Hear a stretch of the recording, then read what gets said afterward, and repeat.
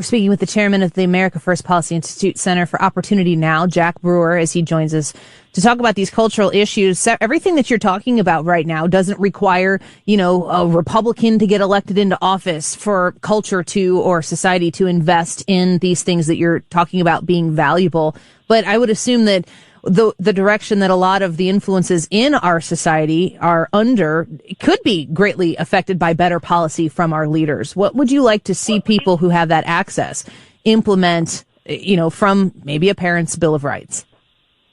You know what? I want them to do the same thing they do once a guy gets locked up and thrown in prison for attempted murder or violent crime or rape. They put him in the prison, and the first thing they do to them is they pour on faith-based programming on the guy to try to fix him, right? That's true. But then you go to our normal education system, and our policymakers want to pull out God. And so it's like we got this backwards mode of thinking. It's like until someone gets in a desperate scenario, right? I was talking, defending the kids. Yeah, we have to defend the kids from, sexual mutilation and telling them that they're a different gender.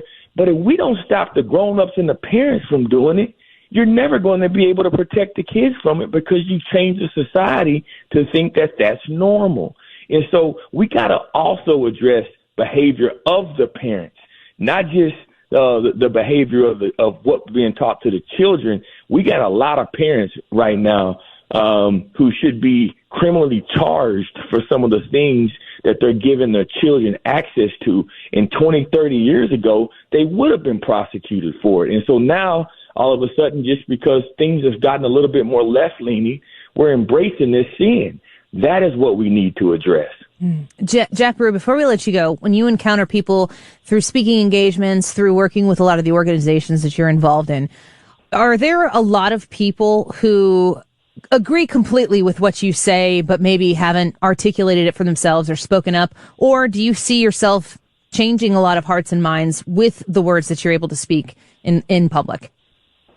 I see a combination. I have some people that will just come up to me weeping, right, full of the Holy Spirit, and saying how they've been emboldened and they're getting exciting courage from watching some of the things that God has used me to say. And then sometimes I'll also get people that come up to me and say, thank you for changing my mind. Thank you for bringing light to this because, I was kind of trapped in that, left-leaning mindset.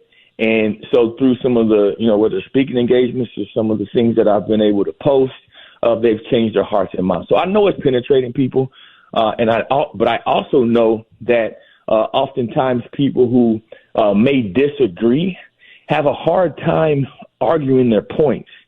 They have a hard time supporting their points, and they so quickly go to that whole feeling and emotional and love kind of argument without having any real facts and data. And so, I hope that my words are always supported by the facts, and that's the reason I spend so much time in the prisons.